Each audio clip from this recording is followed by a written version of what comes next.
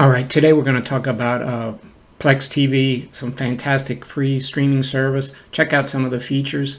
200 plus free live TV channels, free movies and TV shows on demand, 50,000 titles. Okay, guys, you heard that right. Stream on almost any device. Pause, save, and resume. Keep your spot screen to screen. So, and this is a free service. One more time, this is the live channels. Just keeps on going, and I'm going to show you how to access this via like a cable grid, which I think is easier to use, and you can also see like what's coming up in the future. And then here's just a quick look at movies and TV shows, and there's a lot, and a lot of it's pretty quality content. I mean, so lots and lots of free TV. Stay tuned, and I'm going to give you the details on how to get this service. So to get to Plex, here in my browser, I've just typed in Plex TV. The actual website is www.plex.tv. So we're going to click on that. Actually, I already did, and this is the web page you're going to come to. Kind of interesting. This here kind of shows you all the different ways you can access Plex. So it's available on Roku, Amazon Fire, Android, and I just looked at the Android app, and it's got 4.5 on its review status on 10 million downloads, so that's pretty impressive. Apple TV, Chromecast, PlayStation, and then a number of smart TVs as well. So anyway, from this page, I would just kind of scroll down and click this Get Started button. And this is the desktop interface, which is pretty good, I'd have to say. So right here, you're on a discovery page. It's kind of, I guess, lists stuff that you might be interested in watching. Trending shows, that kind of thing. I kind of like to go directly though to this one where it says movies and TVs. See where my mouse is? Right here. Now this page here, it'll show what you've been recently watching. I was just checking out the beginning of Snowpiercer, so that'll come back up if you just want to continue watching that show. And then the next line below that has Plex Picks, which are some of the things they're recommending. One of the things I really like about this is, let me show you what happens when you click on a movie. Here's a movie I like, Apocalypto, kind of violent, but it is a really good movie. So when you click on an item, you get a lot of information right up front. One of the things that's great is it has the Rotten Tomatoes. Sometimes it'll have the IMDb and the Popcorn Flicks reviews. So if it's a movie you're not familiar with, it looks interesting. This can save you a lot of time. If you see a bad rating, you may not want to watch it, but if you see a high rating, you know, that's going to be really helpful and make you even more likely to want to watch it. You have a full description or brief description of what the movie's about. You have the director, and then down here you have the cast, which is kind of nice. It has actual reviews here that you can read from critics and extras. This is kind of interesting too. It has similar titles that are free to watch. So if you like that movie, I guess it's saying there's a good chance you might like one of these other movies as well. So you could look through that for ideas.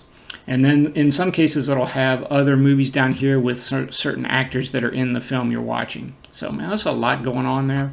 Oh, I forgot to mention also there's usually a trailer there, so if you want to play the trailer you can do that as well.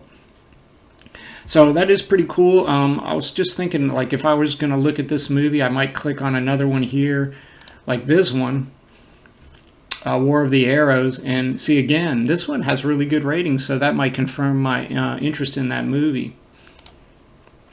And this one also looks kind of good. But see here, when I click on it, I see it really didn't get very good reviews, and for me at least, I wouldn't probably waste my time on it. So that's just kind of why those reviews are helpful. Now, another thing that's pretty nice in this app is the search engine. You can type any movie or TV show or anything you're looking for up in this search box here, and it'll look for it. So I've got some recent searches here. Beverly Hillbillies, old TV show, old classic that always makes me laugh. So when I click on that, it shows me that there are a number of episodes that are available, mostly from season 1 and some other stuff too, that are free to watch. So I can click on any of these and watch these episodes for free. Go back out. Go back into the search, and another classic movie I was searching for, Scarface. So this is kind of interesting. Again, you get all your ratings and everything, but in this case they didn't have Scarface available to stream. But it does show you where to get it. It shows you can watch it for free on Peacock. So you could go ahead and click on that, and it would take you to the Peacock website to watch the movie.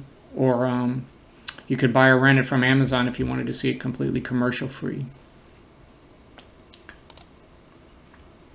Okay, so I'm going to go back to movies and shows again.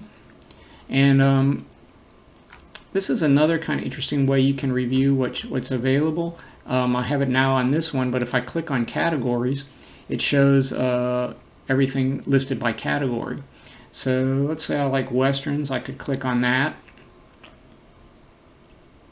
and a whole bunch of Westerns will come up. And this would be both TV shows and movies. So you could go through and see if there was anything in that category you wanted to watch. Another way to filter through.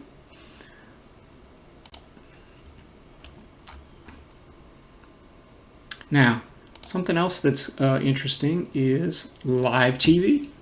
So if you go back over here and click on live TV, there are, according to them, 250 channels. I haven't actually tried to count them, but there is a massive selection of live TV.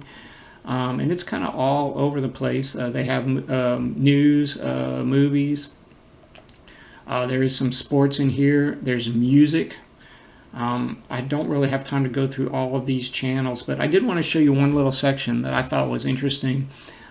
This section right here, it has what I would call like more artsy or movies that have been well reviewed in many cases, not necessarily every case. So this is the Tribeca channel, again known for art house movies. Independent film channel, so that'll have independent films that some of them are very good. Samuel Goodwin Classic channel, and then you can click on these two, and it has a short description, not quite as much as you would have from the other page. International films from Samuel Goldwyn. Cine House, so Cine House films, and Cine Life, I'm sorry. So between these, you might get some interesting like art house movies that you would not normally see on other channels. So that was pretty good. But anywhere, there's a lot to go. There's a lot of free like crime shows, TV Land, some oldies, some classics. Really not time. Bloomberg, so you have some business, weather channel, USA Today, Yahoo Finance, Reuters. So there's a lot of information here. But for me, I really like the movies and shows section. This is all up to 50,000 titles that can be streamed for free.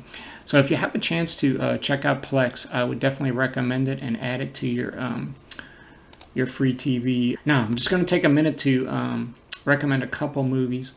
Apocalypto, I already talked about, and Red Dog. If you haven't seen this is a true story about a real famous dog from Australia. That is also pretty good. Let's see what it got rated. Yeah, pretty high in the 80s there. So if you haven't seen that one's pretty good. And let's see if I can find the other one.